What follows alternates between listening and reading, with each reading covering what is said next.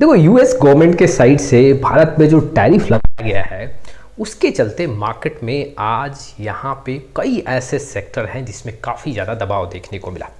मैं सबसे पहले कुछ ऐसे स्टॉक्स निफ्टी 50 के रखता हूँ जहाँ पे गिरावट काफ़ी ज़्यादा देखने को मिला है। जैसे कि आप देख सकते हो, अगर आंकड़ों में देखोगे तो यहाँ पे जो गिरावट सबसे ज़्यादा देखने को मिल रहा है वो टीसीएस में है। करीबन 4% का गिरावट यहाँ पे दर्ज किया गया है। टेक महिंद्रा की बात करूँ तो यहाँ भी 3 से 4% के बीच में गिरावट है। HCL टेक भी यहाँ पे 3 से 4% के बीच में, इन्फोसिस और ONGC में भी करीबन 3% या 3% के ऊपर के आसपास दबाव देखने को मिला है। अब जो ये इतना बड़ा गिरावट है, अगर आप देखोगे तो सबसे ज़्यादा यहाँ पे आईटी सेक्टर में दबाव बनता हुआ आज देखने को मिला है।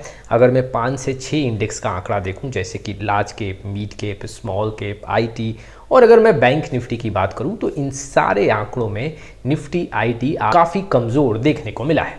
तो अगर देखा जाए तो यूएस गवर्नमेंट के साइड से यहाँ पे 26% का टैरिफ जी हाँ इंडिया पे लगाया गया है। और जैसे ही इस न्यूज़ के साथ आज मार्केट ओपन हुआ तो दबाव में ओपन हुआ। हालांकि जैसे जैसे मार्केट क्लोज का समय हुआ कुछ रिकवरी होते हुए देखने को मिला, लेकिन लार्ज कैप इंडेक्स यहाँ पे काफ़ी ज़्यादा दबाव में ही देखने को मिले। जैसे कि आंकड़ा में अगर आपके सामने रखूँ, निफ्टी करीबन 82 पॉइंट आज नेगेटिव में बंद हुआ। निफ्टी आईटी में आज 4% के ऊपर का करीब गिरावट है। 1526 पॉइंट आज ये टूटा है। BSc mid cap 128 point plus में बंद हुआ। सेंसेक्स में 322 पॉइंट का गिरावट। निफ्टी मिड कैप 50 में 6 पॉइंट का गिरावट मामूली सा, और निफ्टी स्मॉल कैप 250 में यहाँ पे प्लस देखने को मिला। 105.070% का यहाँ पे पॉजिटिव आंकड़ा देखने को मिला है। देखो, अगर देखा जाए तो यहाँ पे अगर आप नोटिस करोगे तो स्मॉल कैप और मिड कैप में कुछ भी यहाँ पे गिरावट नहीं हुआ। स्मॉल कैप स्पेशली यहाँ पे देखोगे तो पॉजिटिव ही देखने को मिला।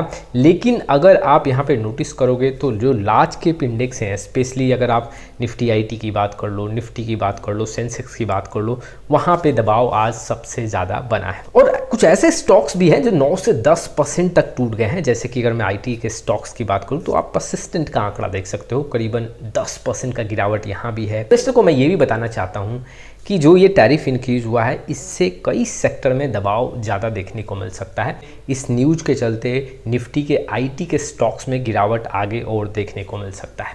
कुछ दिन पहले मार्केट रिकवर हुआ था, small cap, mid cap, large cap. Recovery के चलते डीआई अब यहाँ पे देखोगे तो कुछ मुनाफा वसूली कर रही है। अगर आप नोटिस करोगे तो पिछले 6 दिन में डीआई के साइड से करीबन 16,000 करोड़ का बिकवाली देखने को मिल रहा है। अब ये जो बिकवाली हो रहा है इसके चलते हो सकता है कि कुछ मार्केट में दबाव देखने को मिले।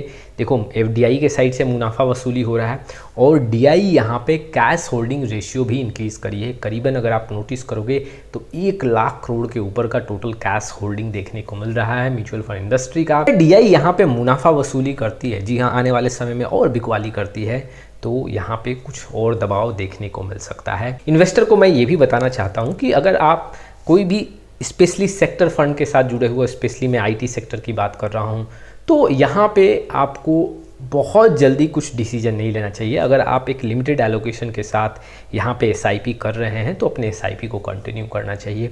अभी जो ये सेक्टर है इसमें दबाव देखने को मिल सकता है, लेकिन कहीं ना कहीं ये रिकवरी आपको देता हुआ देखने को मिलेगा। 1.5 साल 2 साल लगेंगे, आपको पैसा बना के देगा। फिलहाल अभी ऐसे सेक्टर में जो आज गिरावट हुआ है इसके चलते आप कोई नेगेटिव डिसीजन नहीं लेना। हाँ, स्ट्रैटेजी आपको बनाना है, ऐसा नहीं कि पूरा पैसा इसी सेक्टर में आपको लगाना है। एक स्ट्रैटेजी बना के इन्वेस्टमेंट को कंटिन्यू करना है। तो ये आज के कुछ इन्फॉर्मेशंस थे जो इन्वेस्टर के लिए काफ़ी इंपॉर्टेंट थे। आप में से बहुत ऐसे इन्वेस्टर हैं जिनको पोर्टफोलियो रिव्यू और डिज़ाइन को लेकर प्रॉब्लम है। डिस्क्रिप्शन बॉक्स में आए डिटेल चेक करें और व्हाट्सएप नंबर के थ्रू हमारे साथ जुड़ सकते हैं। फिर मिलेंगे एक नए वीडियो के साथ, तब तक के लिए जय हिंद, जय भारत।